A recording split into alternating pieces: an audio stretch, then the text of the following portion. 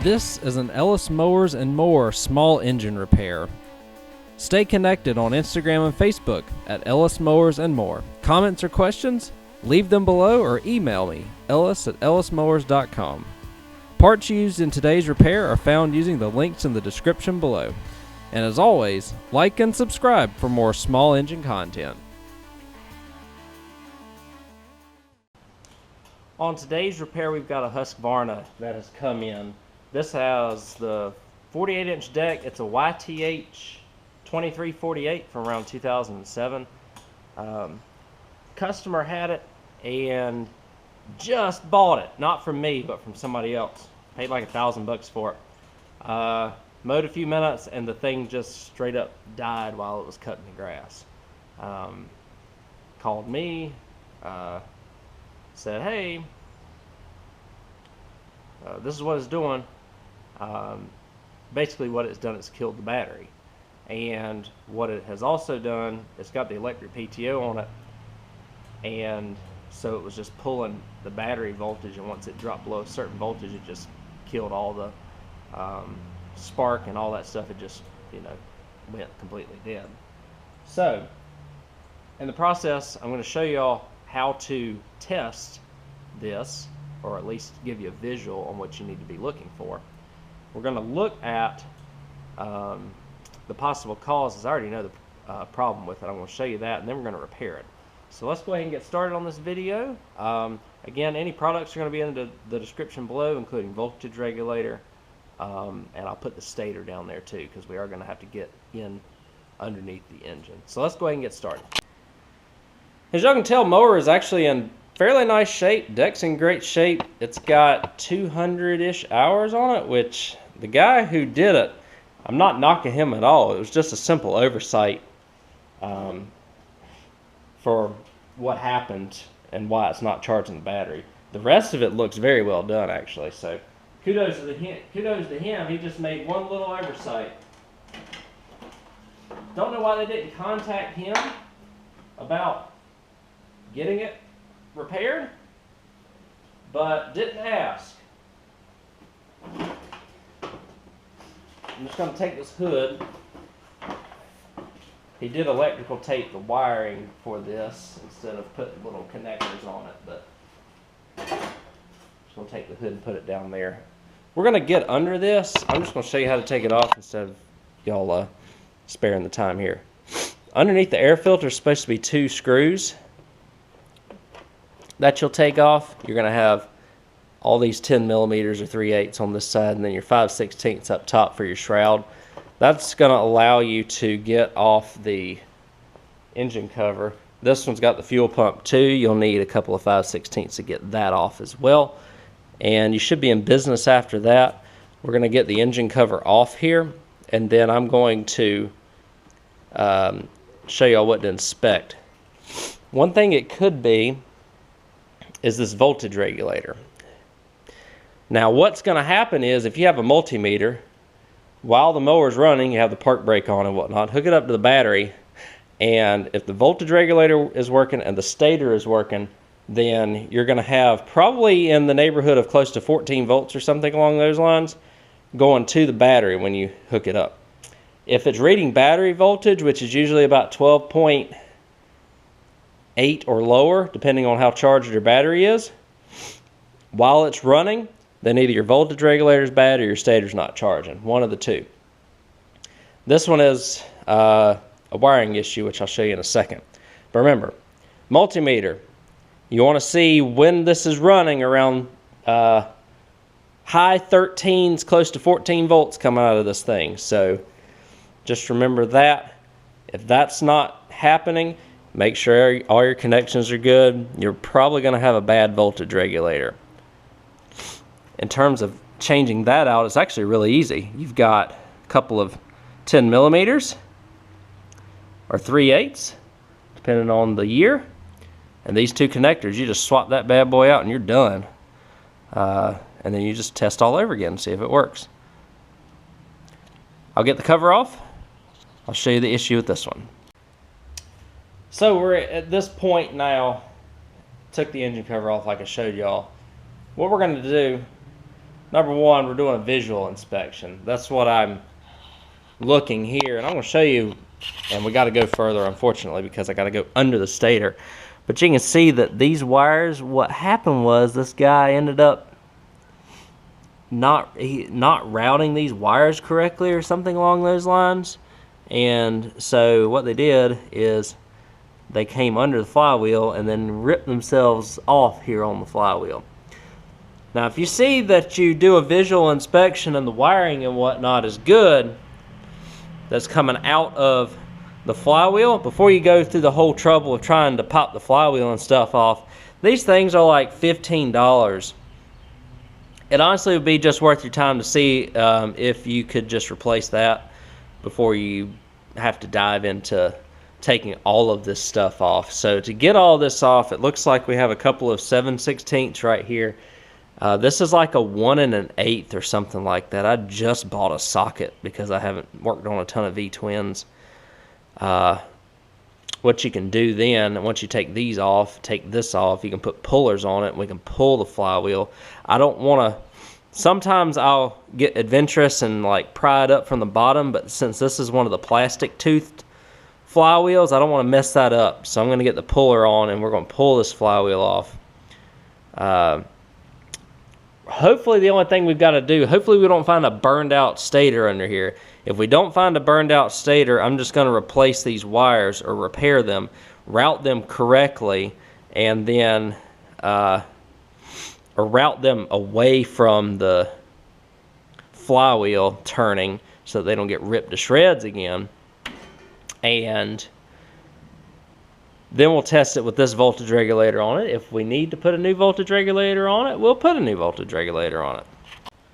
Alright, I got the bolt wheel puller hooked up here. Bolts in here. And then the main bolt right here. Should just be able to take this 9/16. There we go, and pop that flywheel off. That was even on a weak battery. Pullers help so much. Sometimes they don't have the threads tapped at the top, and a lot of times you could take a little pry bar, find yourself a good spot to leverage, and then hit that really hard with a hammer. If your engine's really old, though, it may not be the best option, just because you might damage some threads and stuff. But that's the proper way to do it, guys. We're going to pull this flywheel. I'll do that on camera here since y'all are here. Let me pull these bolts off really quick.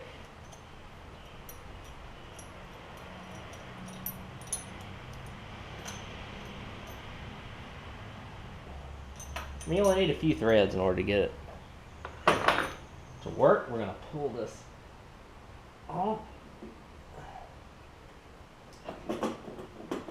Come on now.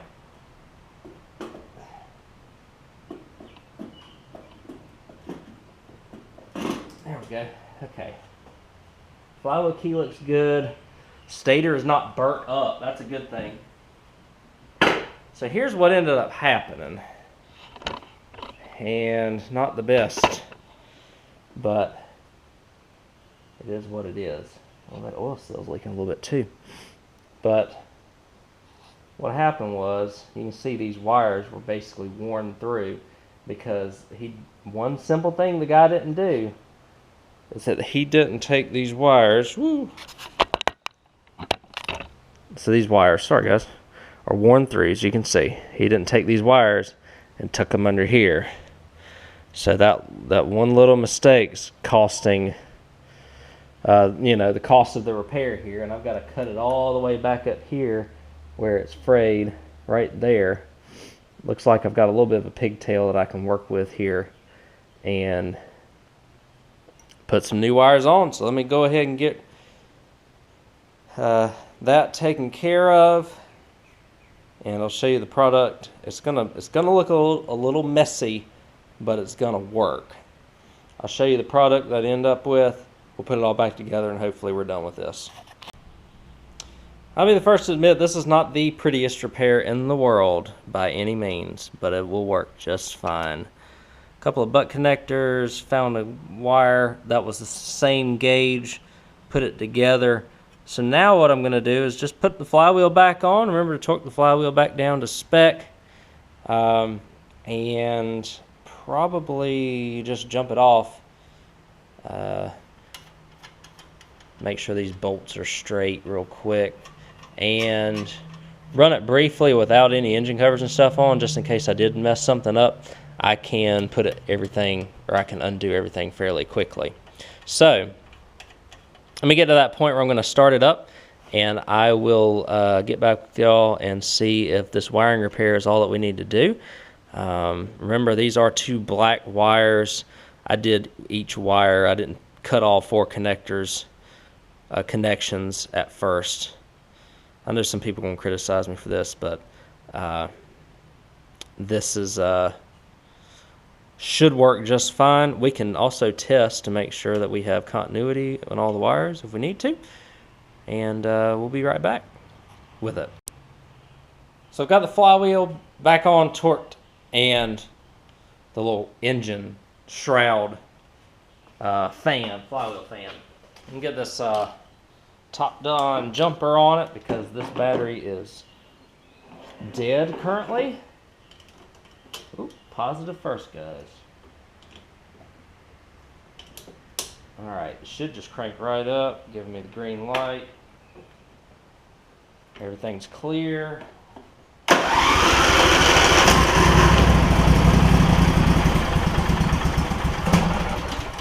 Oh, I'll do it one more time here.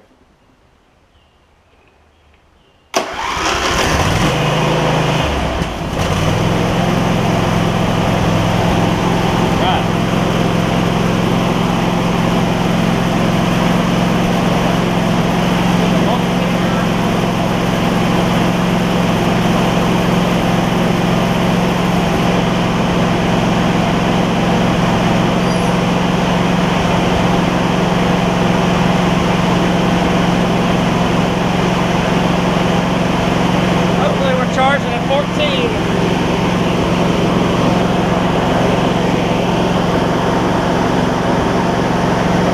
Yay! Well, I can show y'all here. I think y'all saw it, didn't you?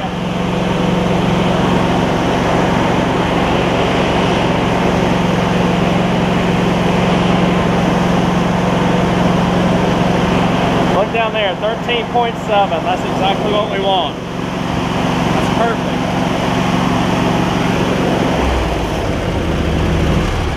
Excellent. No parts required. Perfect. I'll get it all back together. I'll show y'all, full throttle and all that stuff. I can't show it to you with the blades on, but I can at least show that. We've got good charging. I'm going to run it for a few minutes just to make sure that it doesn't die out. And once we do all that, we should be in great shape, and this customer should be happy again. So that's everything here on this Husqvarna. Hope y'all learned some things. A little bit of an unconventional fix, but there are some tests to see if the stator's charging. Usually if the stator's bad, it's burnt up, and you'll see it visually.